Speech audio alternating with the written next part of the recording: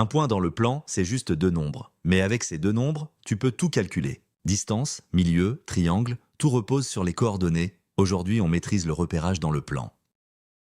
On travaille dans un repère orthonormé. Ça veut dire que les deux axes sont perpendiculaires et qu'ils ont la même unité de longueur. L'axe horizontal s'appelle l'axe des abscisses. L'axe vertical s'appelle l'axe des ordonnées. Leur intersection, c'est l'origine O. Chaque point du plan est repéré par deux coordonnées, son abscisse x et son ordonnée qu'il a.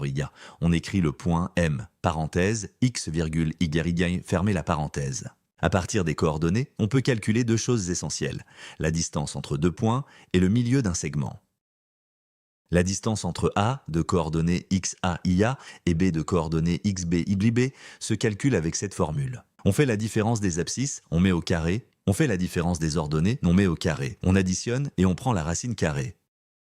Le milieu I du segment A, B a pour coordonnées XA plus XB, le tout divisé par 2, et XA plus IB, le tout divisé par 2. En résumé, le milieu, c'est la moyenne des abscisses et la moyenne des ordonnées. C'est logique, on prend le point qui est pile entre les deux.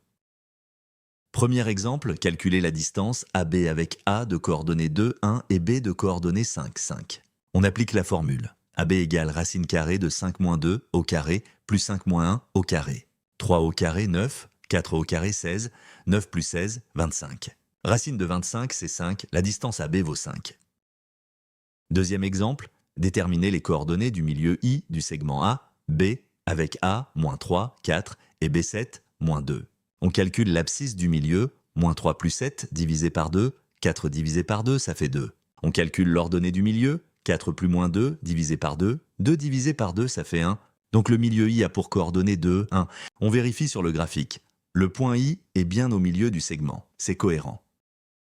Troisième exemple, type bac. On considère le triangle ABC avec A1, 2, B7, 2 et C4, 6.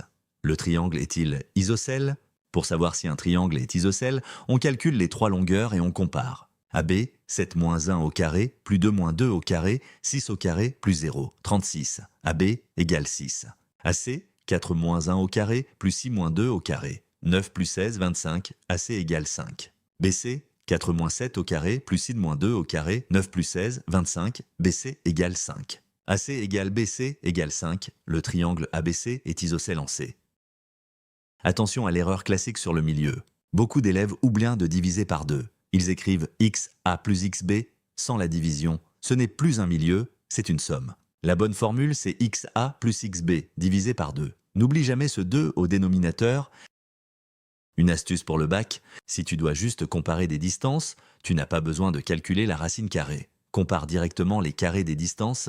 Par exemple, dans l'exercice précédent, on avait AC au carré égale 25 et BC au carré égale 25. Pas besoin de calculer les racines pour conclure que AC égale BC.